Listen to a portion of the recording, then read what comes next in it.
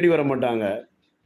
ராகவேந்திரா கல்யாண மண்டபத்தில நின்னுட்டு இருந்தாங்க. ஒரு வயதானவர் 69 வயசு, 70 வயசு நரம்பு தளர்ச்சினால பாதிக்கப்பட்டு வந்தாங்க. உலகத்தில எந்த டாக்டருமே தேடி வந்து கூட்டு மாட்டாங்க. நாங்க குடுக்குற காசு முக்கியம் இல்லாட்டார். ஆனா நீங்க எங்கள தேடி வந்து கூட்டு வந்து உங்க கிளினிக்ல வந்து எங்கள பரிசோதனை பண்ணி பார்த்துட்டு மருந்து குடுத்தீங்க. இப்படி ஒரு பிள்ளைய பெத்து உங்க தாய் தப்ப நாங்க வணங்குறோம் அப்படின்னு சொன்னாங்க. இது இல்ல டாக்டர். பெருமைக்கு சொல்ல நினைக்காதீங்க. இரக்கப்படணும். ஏழைகளுக்கு இரக்கப்படும். ஏழைகள் எல்லார் மேலயும் இரக்கப்படணும்.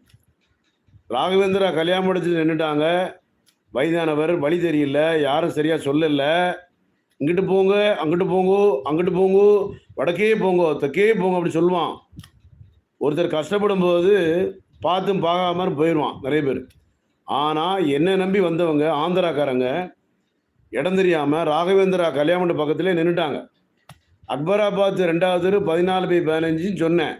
பாத்திமா மாதா சர்ச்சு பக்கத்துல கரூர் வைஸ்யா பேங்க் இருக்கும். வலம்பிரி விநாயகர் கோயில் இருக்கும். வலம்பிரி விநாயகர் கோயில் இருக்கும்.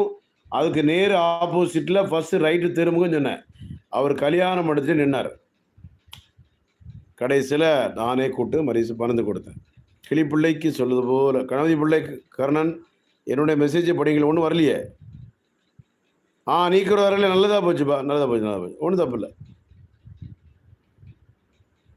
சரி சரி சரி. கடைசியில் பாருங்க, இந்த வயதானவர் ரொம்ப ரொம்ப சந்தோஷப்பட்டார்.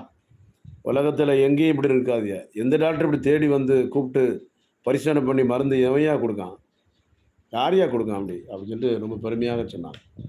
அந்த வகையில் நம்ம சித்த மருத்துவத்தில் ஆண்டி சித்தாவில் சென்னையில் கோடம்பாக்கத்தில் உள்ளதை சொல்வோம் நல்லதை செய்வோம்.